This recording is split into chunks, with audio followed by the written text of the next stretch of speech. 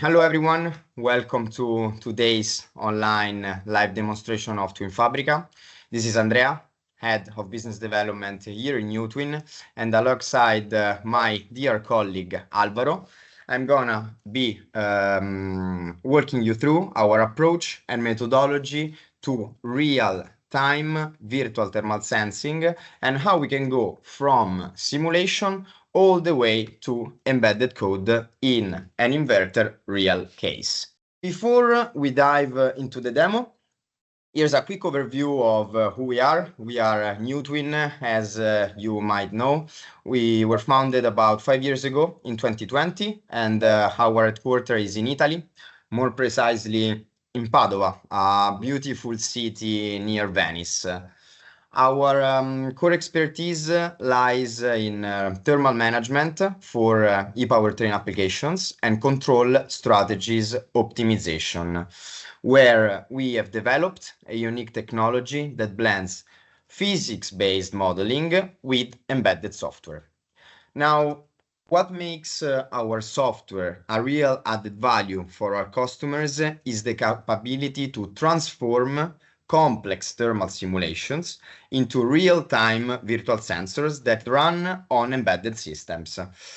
The results that we are achieving lies in the expertise of our teams. In fact, we include multi-physics simulation, embedded system control, software development, and an extensive artificial intelligence and machine learning development, research and development. Why do we need virtual sensing in the first place? Because thermal management actually remains a major bottleneck in the design and control of e-powertrain components. Traditional sensors cannot be placed exactly where the hottest and most critical points are, like for example, the junction of power modules and inverters. And on top of that, most commercial simulations and tools are not designed for real-time use, require significant expertise, and often are just not scalable across different components. What this results? It results in conservative derating strategies, lower performances, and slower innovation and reduced cost opportunity of the component in the market. With these challenges, this is where Twin Fabrica comes in. Twin Fabrica is our end-to-end virtual thermal sensing platform designed to go from CAD geometry directly to optimized embedded code. And the workflow includes nonlinear parametric model reduction, data-driven calibration, and eventually it has been designed with a white box modeling approach. Everything, all this workflow is being optimized for accuracy and real-time performance that allows eventually the engineering teams to validate, control, and monitor thermal behavior where it actually matters the most. Twin Fabrica and our virtual thermal sensing technology is vertical agnostic. While we have built a strong track record in the automotive sector, where real-time thermal insights directly impact performance, safety, and cost optimization, we are increasingly seeing demand across other industries, like the ones that you are seeing here in the screen. The need to monitor and estimate temperature at critical hotspots, especially where physical sensors cannot be displayed, is in fact shared by sectors like aerospace, data centers, and renewable energies. For example, in aerospace, it's about ensuring the reliability in extreme conditions. In data centers, is managing thermal efficiency for uptime and energy use, while when it comes to renewable energies, accurate thermal monitoring supports both predictive maintenance and system longevity. Now, the need is of course the same, and the value brought to these different verticals again is the same and provided by Twin Fabrica. To dive into a few use cases, we can see that virtual thermal sensing has been applied in several high-impact components such as e-machines, inverters, and onboard chargers, where these systems are very well impacted from temperatures, and it plays a critical role. Yet, in all these components, it's extremely difficult to measure it accurately in real time and in the critical hotspots. Now, these are only few of the components where the technology has been applied, but the same approach and the same technology can scale across many other e-system components. Now, focusing a bit more on today's topic, where we will talk about and show you a bit more about the technology applied in an inverter case, where the challenge is very well clear. Today's power modules, and therefore inverters, are often, if not always, operated with limited thermal insights. Due to the physical placement and limitation of built-in sensors, we cannot really observe what is happening inside the silicon layers under dynamic real-world conditions. So, what is happening and what we have seen by working with our customers is that to avoid failures, engineers are forced to add large safety margins, and therefore the system will operate well below its actual thermal limits. Of course, these practices comes at cost. In fact, the performance is reduced, there is lower efficiency, and ultimately the system comes at a higher cost, especially when it comes to high power density applications. So again, virtual thermal sensing is where it comes into play. Instead of relying only on hardware sensors, we embed real-time thermal model directly on the microcontroller of the device. This model estimates the junction temperature at internal hotspots with high accuracy and low latency, even under changing loads and boundary conditions. Why does it matter? Because once you trust the thermal feedback of the virtual thermal sensor, you can safely push the system closer to its true limits without, or at least by reducing the safety margin that we have just seen.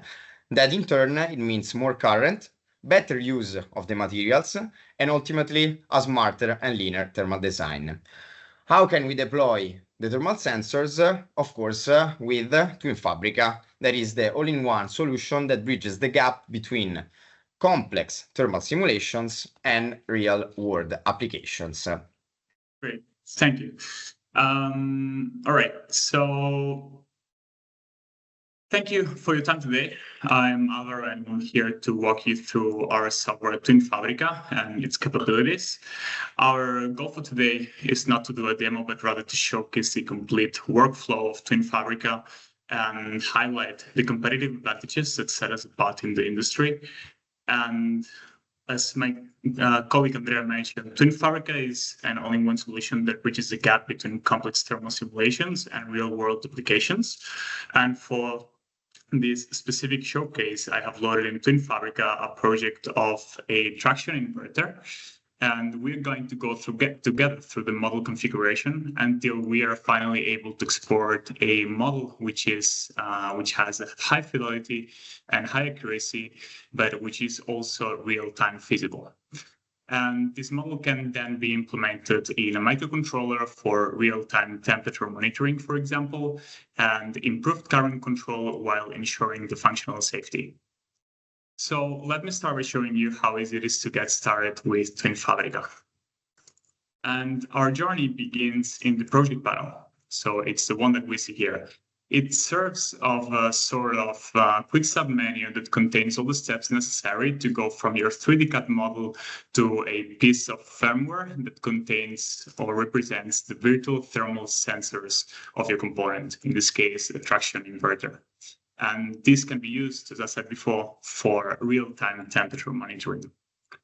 The software contains all the technologies needed to transform your high-fidelity models into executable code, which is real-time feasible.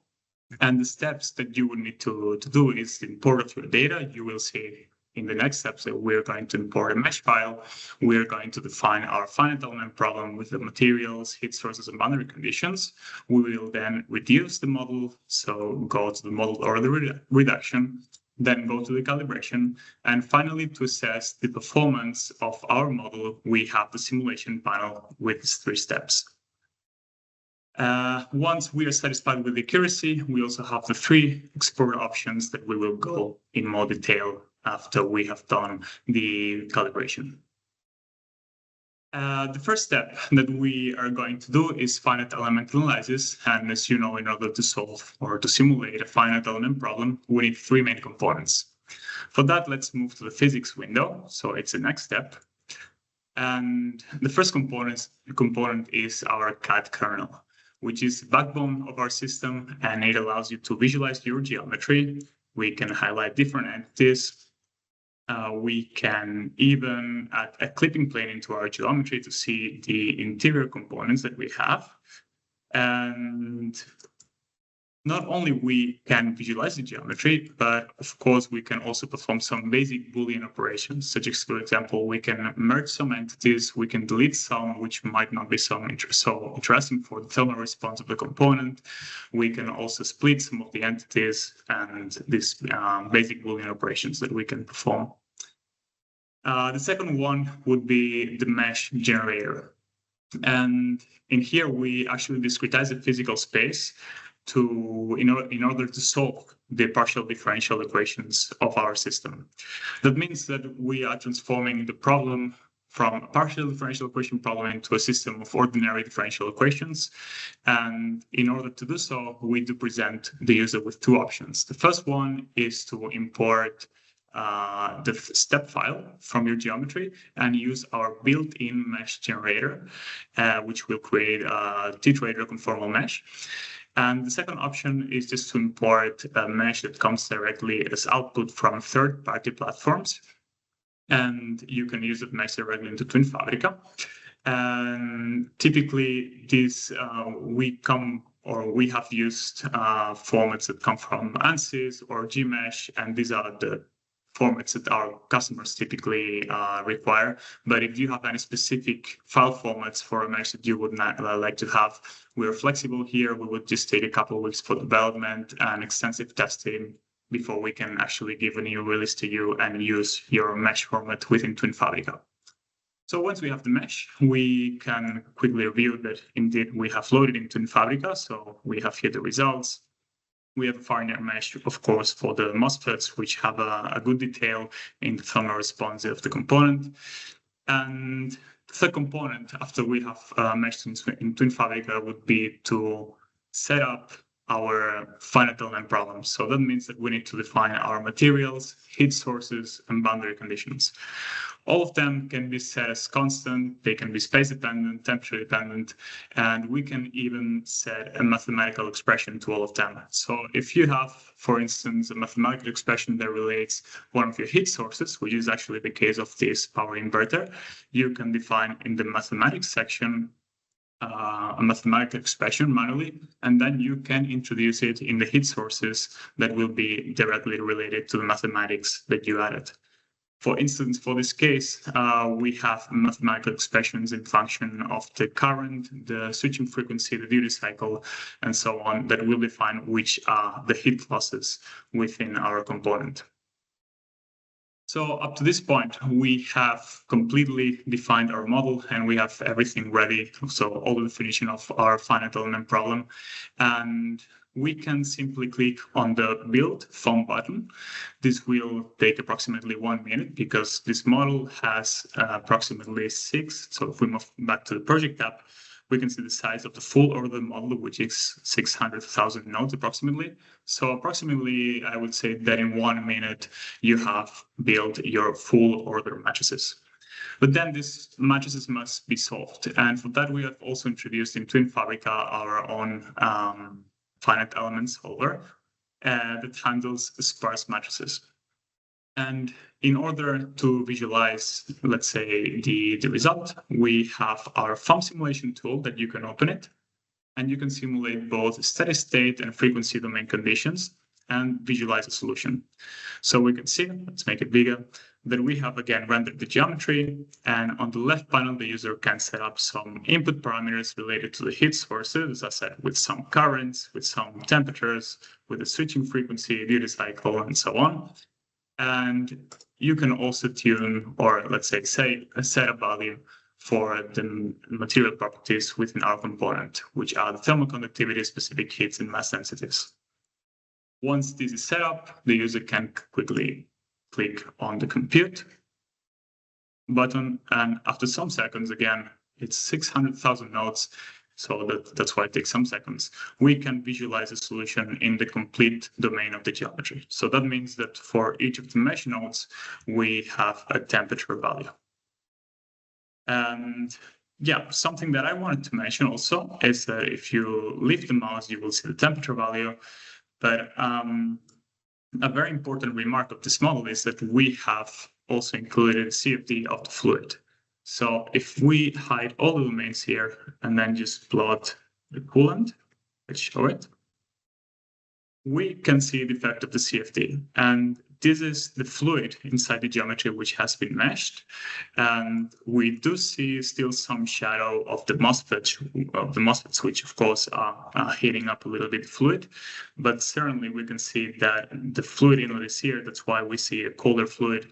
And as we go on, or as the fluid passes through the geometry, it slowly gets heat up, and thus the inlet temperature is 60 degrees and the outlet temperature is close to 70 degrees. So we see the effect of the CFD solution with the velocity field of the fluid imported into Infabrica. Also, just before we move to the next step and we have visualized the solution, I want to mention that you can, at all points, use the project tree on the left side to visualize which are the configurations that you have currently done. So, for example, if we go to materials and select one of the materials, we can see to which of the entities it has been applied. The same thing applies for the heat sources. So we can see that this source is applied to this specific MOSFETs, which corresponds to the U phase and the high. And the same thing also applies for boundary conditions, which in this case, we have a boundary condition for all, a convective boundary condition for all the components. But then for the fluid, we have the CFD, and we are just defining where our fluid inlet is. As you remember, we had it on the right side, and then the CFD will be applied starting from this coolant inlet to the complete coolant volume. And okay, I think up to this point, Infabrica might just seem like any other finite element analysis software, but from here on is where we bring competitive advantage. And the next step we have is reduction, and we have built the software so that it's intuitive where you have to go next once you have completed the current step, which was to build the full order matrices. So the next step is reduction. And in traditional finite element analysis, let's say that the models are complex and very slow to process, which limits their real-world applications. As you saw before, our model is 600,000 nodes, which in practice means that we need to solve 600,000 equations in each simulation that we want to do, so in each time step, which is completely impractical. But Infabrica solves this by reducing the complexity of the model. And here's where our unique and proprietary approach to model order reduction comes in. While other software can handle finite element models well, they cannot reduce the models for real-time current control or improve thermal management. And with Infabrica, thanks to the reduction, we can handle complex thermal simulations in real time, which can contain, as this one, advection terms. So we have included a CFD solution with the velocity field of the fluid, but it could also be, for example, the heat transfer coefficient map, and also some other kind of dependencies, such as time-dependent parameter, temperature-dependent parameters, and so on. And these are some dependencies that most other tools simply cannot address. And this positions us to deliver highly complex models that can be embedded for real-time temperature monitoring and represent the real component behavior very accurately. And with a simple click on the Build ROM button, you will see that the reduction starts.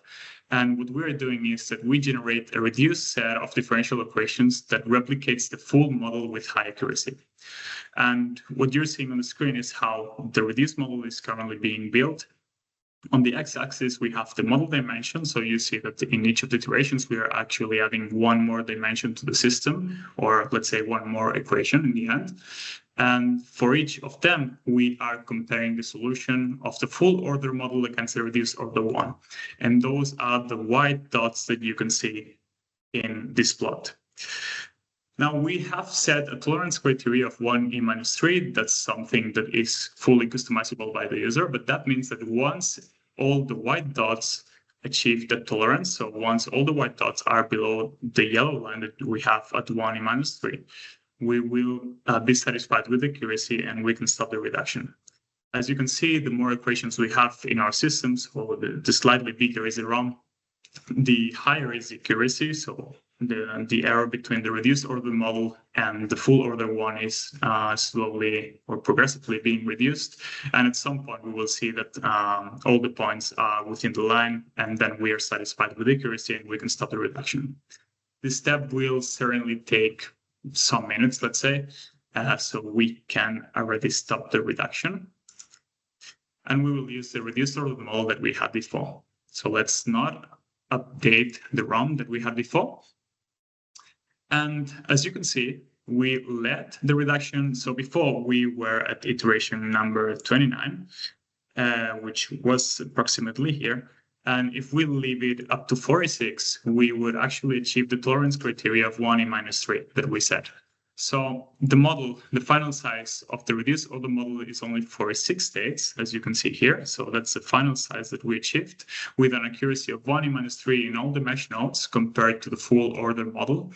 And this means that we have a very accurate model that has been reduced from 600,000 nodes to only 46, and thus to only 46 equations, sorry, and thus making it completely real-time feasible. And in order to assess the robustness of the result, we also provide with a visualization tool very similar to the one that I was showing before with the full order model that can be found in the statistics window. In there, very similarly, you can place some input parameters, change also the material properties that you have set up, and then you will see the FOM solution, so the full order model solution, the reduced solution, as well as the error between both of them. But I'd say we can now move to the next step, which once we have the reduced order model, we can, let's say, I want to say that even with a reduced order model, there's still a challenge. And is if we take it and compare its output with the real world measurements, we will see that it might not match perfectly. And it is because the model, in fact, is nonlinear. We have some unmodeled effects that come into play, such as, for example, unknown material properties or time-varying boundary conditions, or missing inputs, such as, for example, in this case, we have a CFT. If, for example, you don't have this input, the inlet temperature of the fluid, that one has a very big impact on the thermal response of your component. So all these effects need to be mitigated, and that's why you might not see a good match between your real-world measurements and the reduced order model output. And that's why we need the next step, which is calibration. And this is where Twin Fabrica certainly brings its second competitive advantage, which is a two-level calibration. For the level one is what we call a physics-based calibration. And we start by calibrating the reduced order model parameters based on real-world measurements. So that means that you're going to import in Twin Fabrica a set of inputs and outputs that define your thermal response of your component. Inputs, as we said before, would be current in this case, switching frequency, duty cycle, and so on. And output would be the temperatures of interest within your component. In our case, the junction temperatures, which can be recorded by placing thermocouples close to the junction or with IR cameras, for instance. And once we have imported this into Twin Fabrica, we can use our ordinary differential equation solver to solve an inverse problem and find which is the set of parameters that makes the output of the reduced order model match properly the real world measurements. And these parameters include material properties of the model. For example, in case you make some geometry simplifications or you don't know some of the material properties within your model, TwinFabrica can find them for you. But it's also about the heat sources. So for instance, you have a power loss, a global power loss within your component, but you don't know a heat source distribution. You can also let TwinFabrica tune that and make the distribution able to match the output of your real world measurement campaign. And the same goes with boundary conditions. So in the example that I said before, that for example, you don't have measured the inlet temperature of your fluid, that has a very big impact on the thermal response. You can also let TwinFabrica tune it and find which was the value with which a measurement were acquired in your campaign. And to show this, we can actually start the calibration. Again, we won't finish a full calibration because it might take 10-15 minutes, depending on your model. But what we're seeing on the top graph is actually the parameter space. So the population that we are being able to move within a lower boundary and an upper boundary. So you will see this kind of dance of blue dots that's changing its value. It's because TwinFabrica finds a better parameter set that matches properly the experimental measurements that you have uploaded in TwinFabrica. And on the lower graphs, you have some error functions, so error visualization. On the left one, you have an overall cost function of the complete calibration dataset. So it's telling you how big is the root mean square error within your calibration dataset. And even if you have multiple tests included, and you can see that it's slowly decreasing the more iterations we have, because in the end, TwinFabrica is trying to find the absolute minimum of that error. And then on the right, we also have the sensor statistics more, let's say, descriptively for test number 4. And we can see that we have a mark on the 0-degree error line, and that's our target. So we should have that our sensors have or are as close as possible to that 0 error degree mark. And we're plotting the error with this sort of candle bar, in which we can see the body is a 75 percentile, so 25 and 75 percentile of the error, but we are seeing that it's certainly small and it's very close to the 0-degree mark. And then the whiskers of the candle are the 5 and 95 percentile of the error. So with this, we would be seeing for each of the specific tests, how big is the error in each of the different sensors that we have. So in the ejection temperature of the different phases, high and low. Let's say we let this run for 200 iterations, which is a standard procedure that we typically do within NewTwin. We would be satisfied probably with the calibration, though we already see that our values are very close to 0 with errors close to plus minus 3-4 degrees Celsius. So we can stop the calibration and let's keep the previous one that we had, which is slightly better. So let's not update that. And we can see the results bit. So if we move to simulation, and try to, so we have 2 simulation slots here. We have the top one and the bottom one, and we're just going to use the simulation slot number 1, and we're going to plot test number 4, which was within the calibration set. So if we run it, we can see that certainly, if we zoom in, we are able to track properly the temperature. And not only the average, but also the swings, which are critical for the component derating strategy. And with this, we would say, okay, we're satisfied with accuracy, but what happens in the validation set?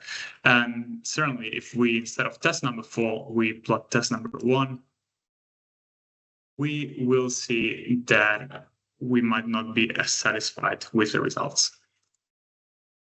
So as you can see, the shape of the transient is fairly well maintained. So we do still have the temperature swing, but there's some sort of offset, right? And we would like to correct this. And here's where we connect to the previous message that I gave before. We offer a 2-level calibration. And the second level is our discrepancy model. As we know, in real-world systems, boundary conditions are time-varying, and the system's behavior can change due to unknown or unmodeled effects or parameter dependencies. And for this, we have designed our discrepancy model, which is a nonlinear data-driven model that handles these exact challenges. It is a proprietary neural network architecture that guarantees stability and is very easy to use. Indeed, if we go to discrepancy training, we will see that the user just needs to configure 4 hyperparameters here, and just with a click on train, the neural network architecture will be trained. Now, the step certainly takes a couple hours because it is indeed training a machine learning model, and that's why we're not going to launch it now, but we will simply use the deliverable or the discrepancy model that we had previously trained. And the result after training is a neural network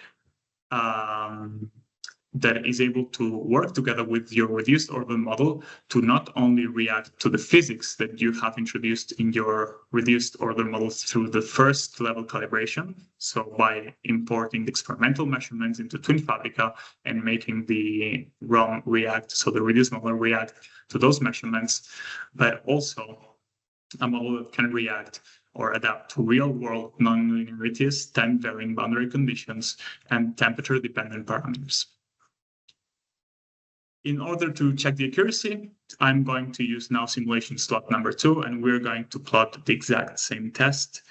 So, but instead of using just the reduced order model, which has been physics-based calibrated, we're also going to couple the discrepancy model on top of it. So let's just run that.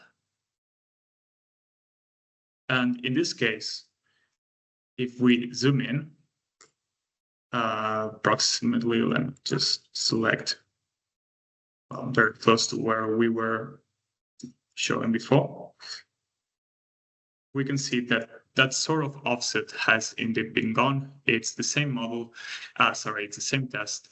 And what we're saying is that our measurement is a solid line, our model is a dashed line, and just with the ROM, it was not able to cope with those nonlinearities to the unknown boundary conditions or the time-varying boundary conditions. And in this case, with discrepancy, it has learned that it can adapt to those unmodeled effects that we were mentioning.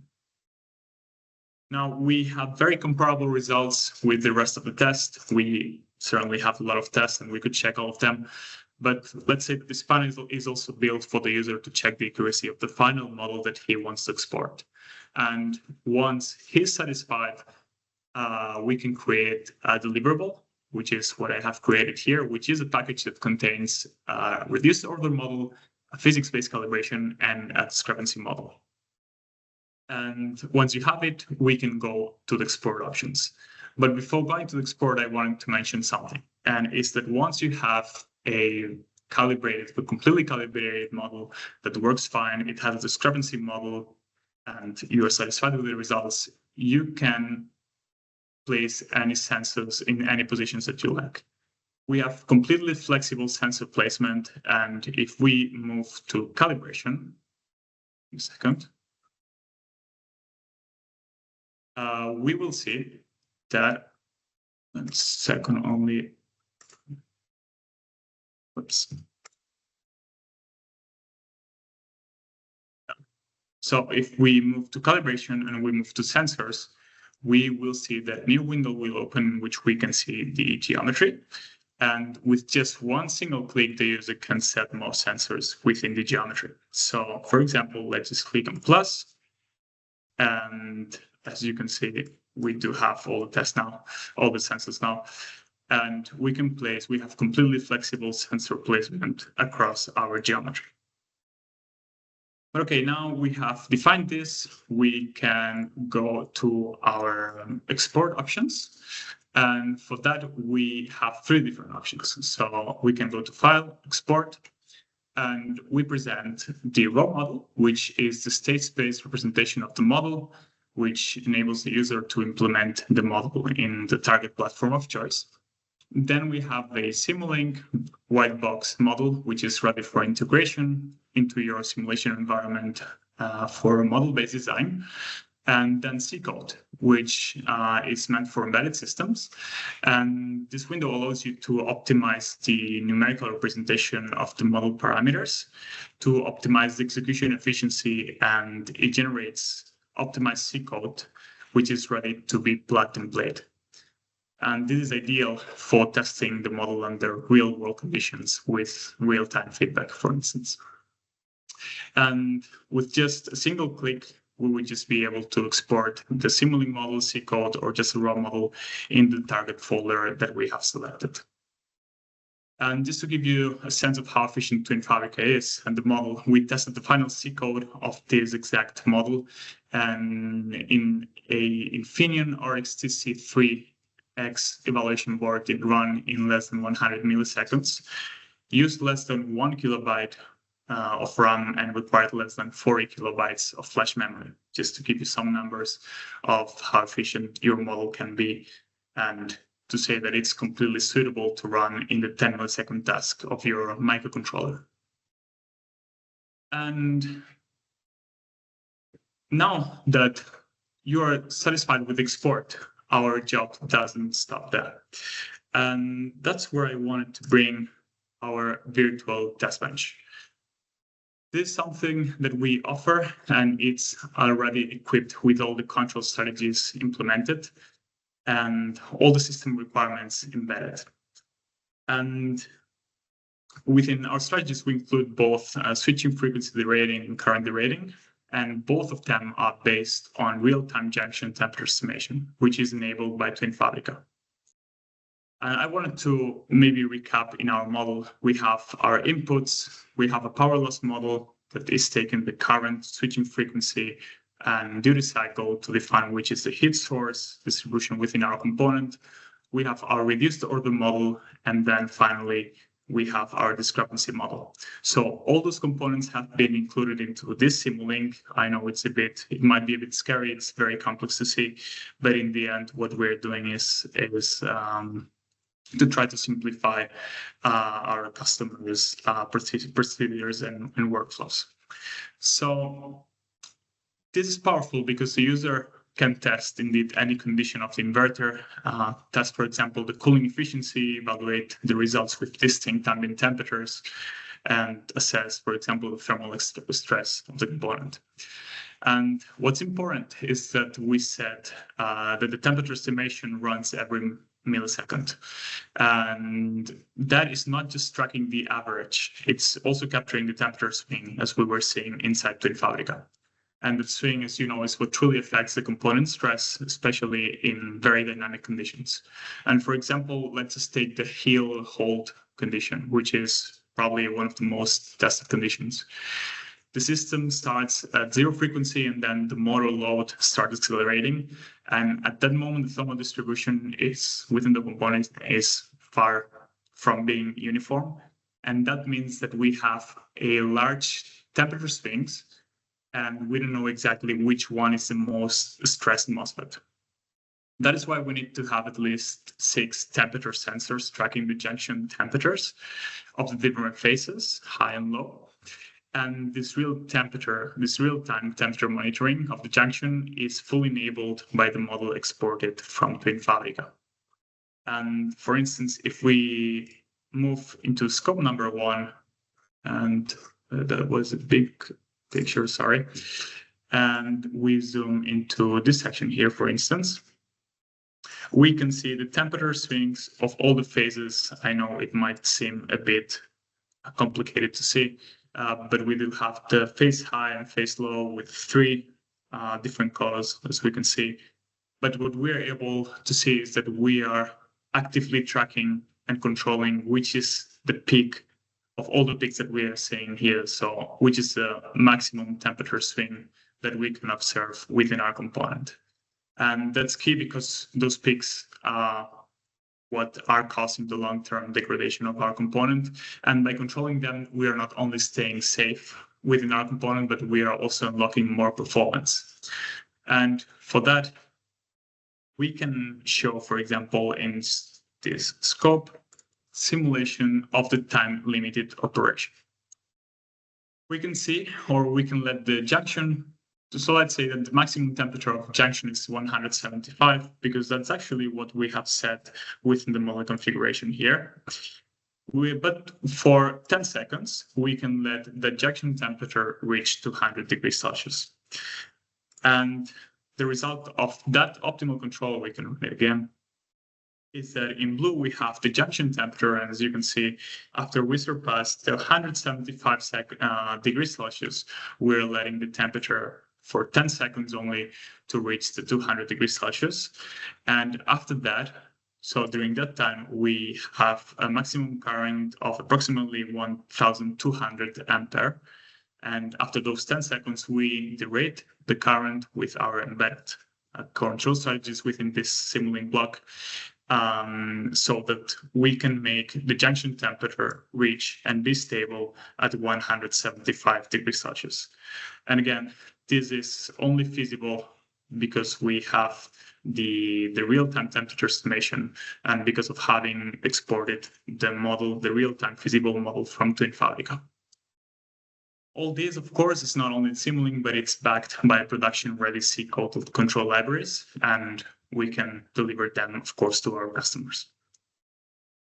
So just as a conclusion, as a final remark, I want to mention what TwinFabrica offers, and we are offering high-fidelity physics-based model, which are real-time capable thanks to our proprietary model order reduction. We have completely flexible sensor placement, in which once your model is fully calibrated and you are satisfied with accuracy, you can place any sensor that you like within your geometry that will be exported, and you will be able to track the real-time temperature of that sensor.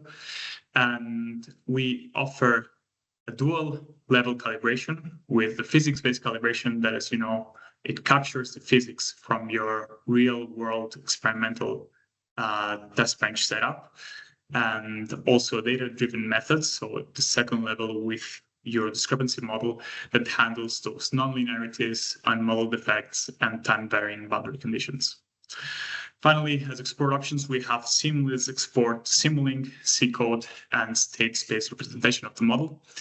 And what I lastly wanted to mention is that this was not a full demo. It was just a showcase of the main operations that TwinFabrica can perform. But if you would like a deeper look or a personalized demonstration, we are more than happy to schedule an individual session with you. So thank you for your time, and I will give back the word to my colleague, Andrea. Thank you, Alvaro. Thank you, Alvaro, and thank you everyone for the attention. Hopefully everything was clear. While you think about anything else that you would like to understand, maybe we can mention the fact that we have developed specific and custom programs that maybe I can show you in the screen. The TwinFabrica Sandbox, as I was mentioning, is a 4 weeks program where you can autonomously, of course, supported by us in the testing of all the different steps that you have seen with Alvaro, starting from the import and of the geometry, the reduced order modeling, the calibration, the discrepancy modeling, and the final C-code or Simulink export. And then, in case you're interested in exploring a bit more in depth the platform with one of your strategic components, there is a more extensive program that we have called the Innovation R&D Pilot, that of course it goes a lot more in depth.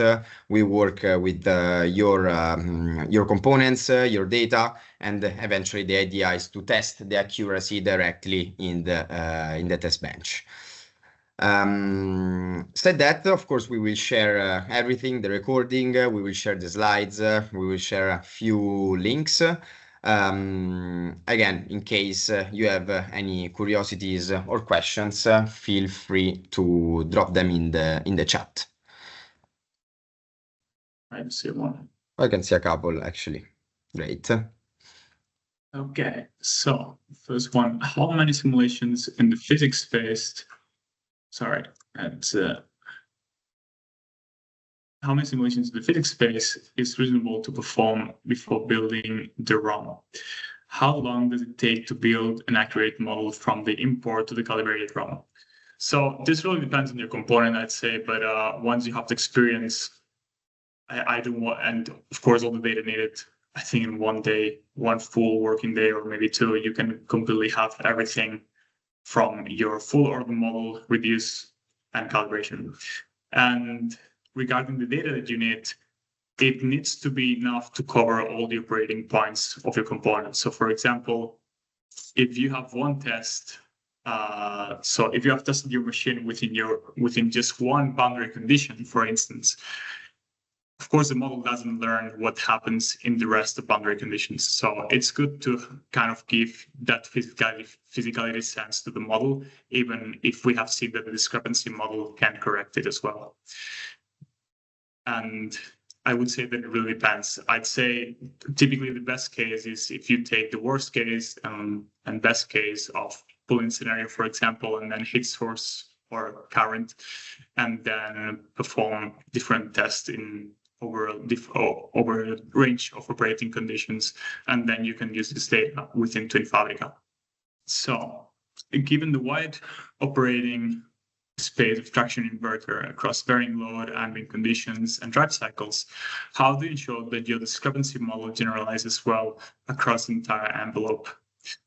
Well, the discrepancy model is built so that we guarantee stability, and we always call it, the final model is a data-informed physics-based model. So it's a model that has completely all the physicality that you have introduced in the first level calibration. So as I was saying before, if you can have tests that include different boundary conditions, different heat sources or input conditions, and you can introduce it in the physics-based calibration, that's always the best thing to do. And then the discrepancy model will finally correct or slowly and very smallly tune the output so that the accuracy is improved.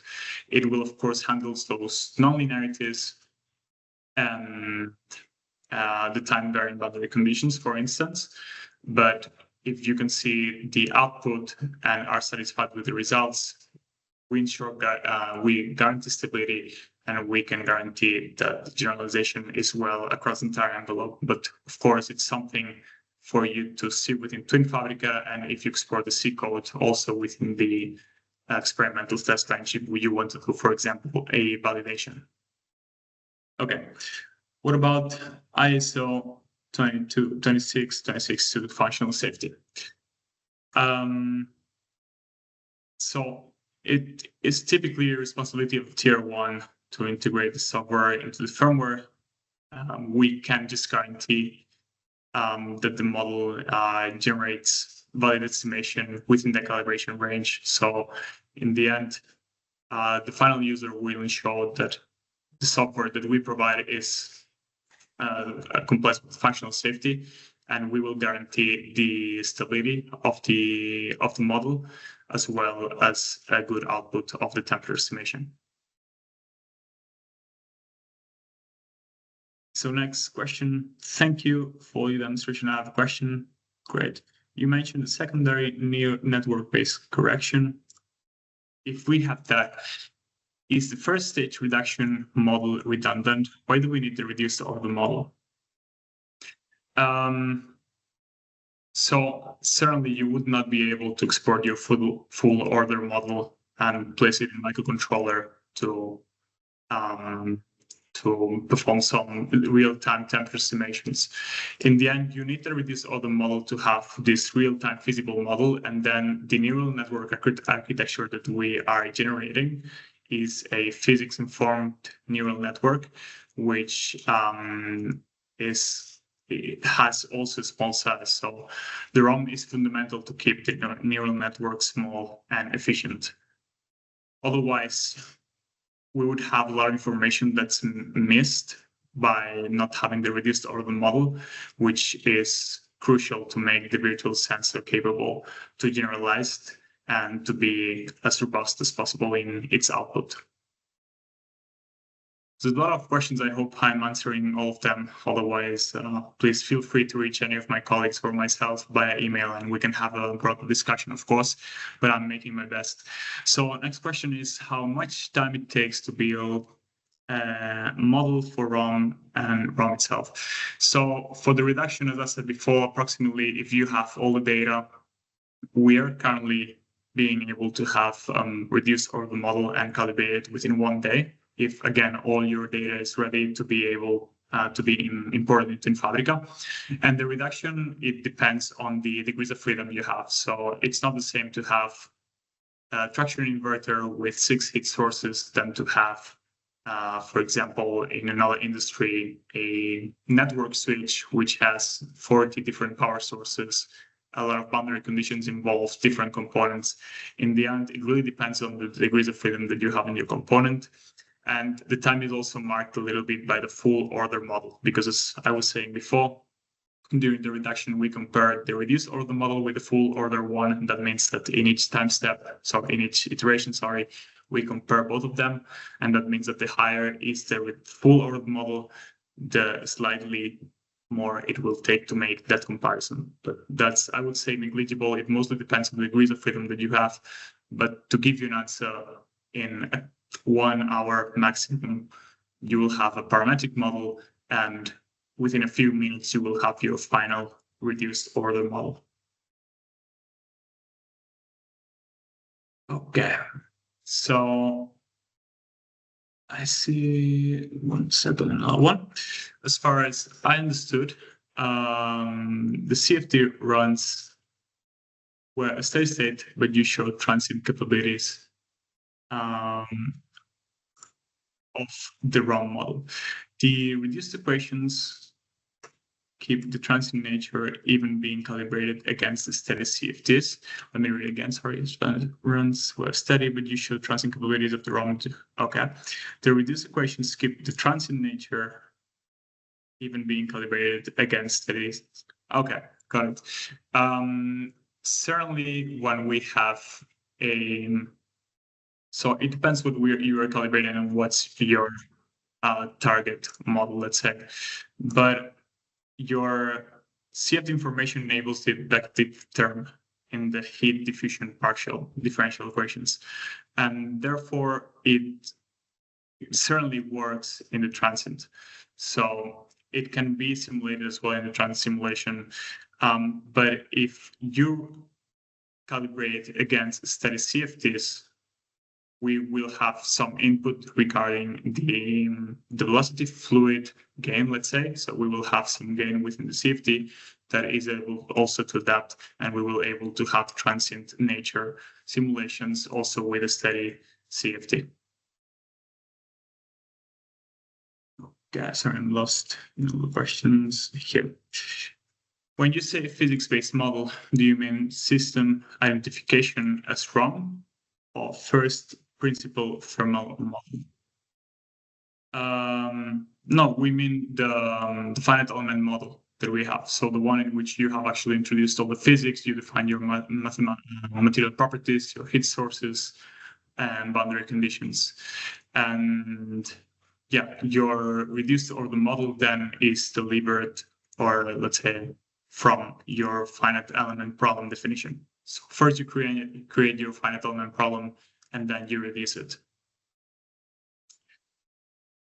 What kind of accuracy, bias plus variance performance can you achieve? Also depends on the kind of model that you have, but we typically work with ±3 degrees Celsius. We have also achieved better accuracy.